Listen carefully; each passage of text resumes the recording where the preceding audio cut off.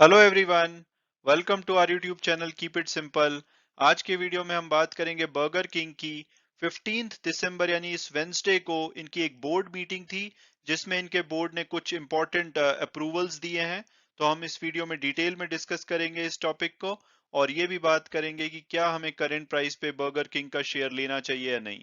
और आगे बढ़ने से पहले अगर आपने अभी तक चैनल को सब्सक्राइब नहीं किया तो प्लीज सब्सक्राइब करके हमें मोटिवेट कीजिए।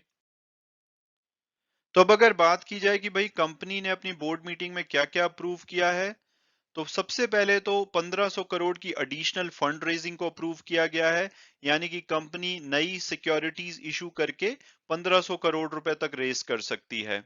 और दूसरा अप्रूवल दिया गया है नाम चेंज को लेकर के, यानी कि कंपनी का जो नाम है बर्गर किंग इंडिया लिमिटेड से बदल करके रेस्टोरेंट ब्रांड्स एशिया लिमिटेड रख दिया जाएगा। और तीसरा अप्रूवल दिया गया है ऑथराइज्ड शेयर कैपिटल से रिलेटेड।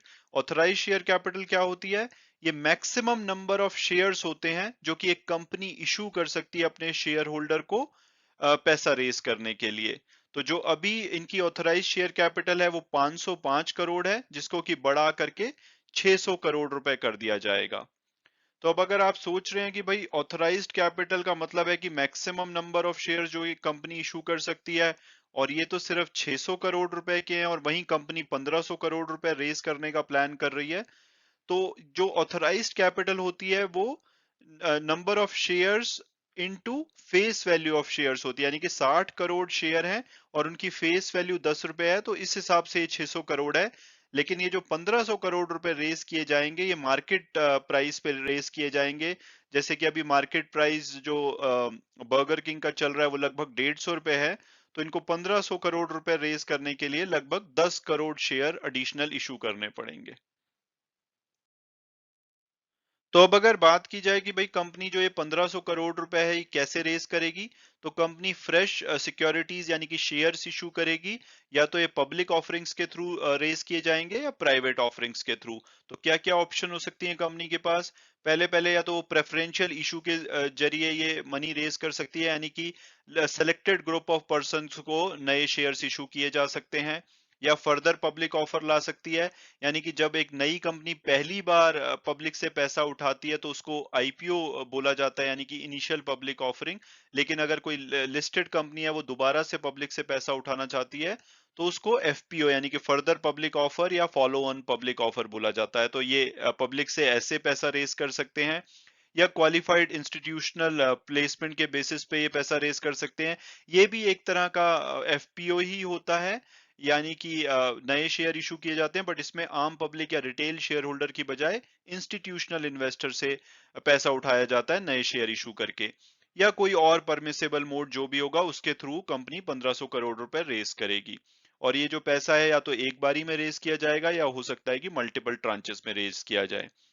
और अगर बात की जाए कि भाई कंपनी कहाँ पे इस पैसे को यूज करने वाली है, तो कंपनी ने ऐसा कोई स्पेसिफाई नहीं किया है कि वो कहाँ पे यूज करेगी।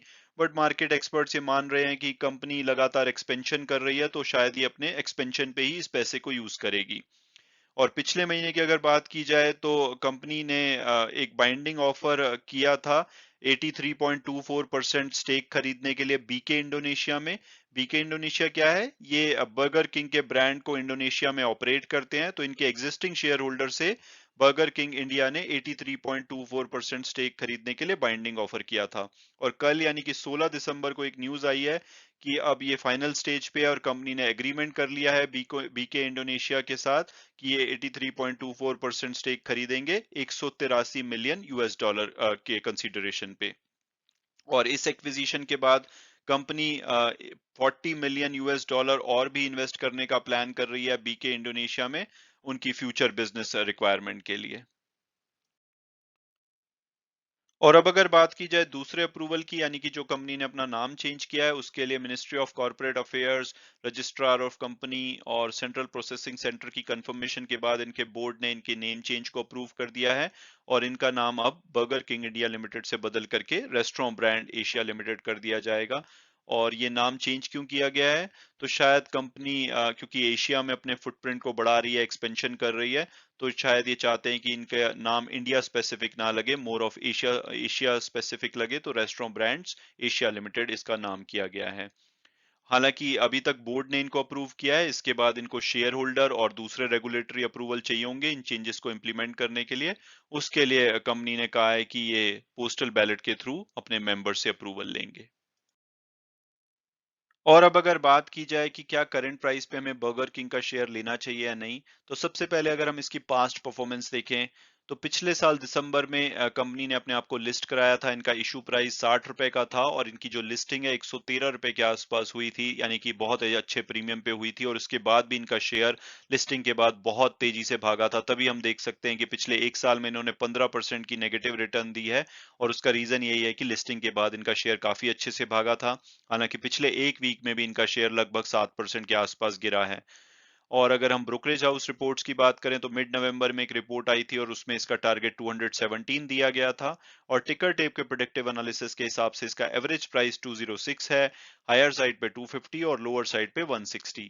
जो आज की क्लोजिंग हुई है वो 147.9 पे हुई है, तो हम ये बोल सकते हैं कि अभी अपने लोएस्ट टारगेट प्राइस से भी नीचे पे अवेलेबल है, यानी कि प्राइसिंग बहुत ही अट्रैक्टिव है। और अगर हम इनके फंडामेंटल और पीयर्स एनालिसिस को देखें, तो एक स्मॉल कैप कंपनी है, 6000 करोड़ के आसपास का मार्केट कैपिटलाइजेशन है। हालांकि इस सेगमेंट में सभी कंपनीज अभी लॉस में चल रही हैं एक्सेप्ट जुबिलेंट फूड वर्क्स, जो कि डोमिनोज और डंकिन डोनट्स को ओन करती है। उनके अलावा सभी कंपनीज जो भी फूड या रेस्टोरेंट बिजनेस में है वो लॉस में चल रही हैं। और बर्गर किंग भी सिमिलरली पिछले काफी क्वार्टर से ये लॉस इनकर कर रहे हैं। तो इस टाइम इसलिए इनका पी रेशियो इतना सेंस नहीं बनाता है।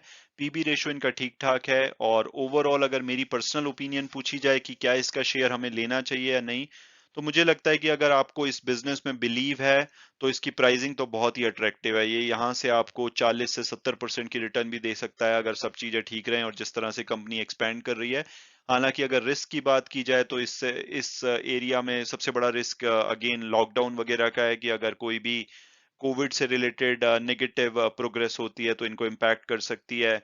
और दूसरा कंपटीशन हो सकता है कि इस स्पेस में बहुत सारे बड़े प्लेयर हैं, तो ये कंपटीशन में इनको थोड़ा सा टफ चैलेंजेस हो सकते हैं। बट अदरवाइज इनकी प्राइसिंग अट्रैक्टिव है। हालांकि अभी लॉस मेकिंग कंपनी है, बट ये न्यू एज कंपनी है और जिस तरह से एक्सपेंशन कर रही है, तो हो सकता है आने वाले टाइम में इनका शेयर काफी अच्छे से भागे। तो अगर आपको इस सेक्टर में बिलीव है, तो प्राइसिंग वाइज ये काफी अट्रैक्टिव प्राइस पे अवेलेबल है।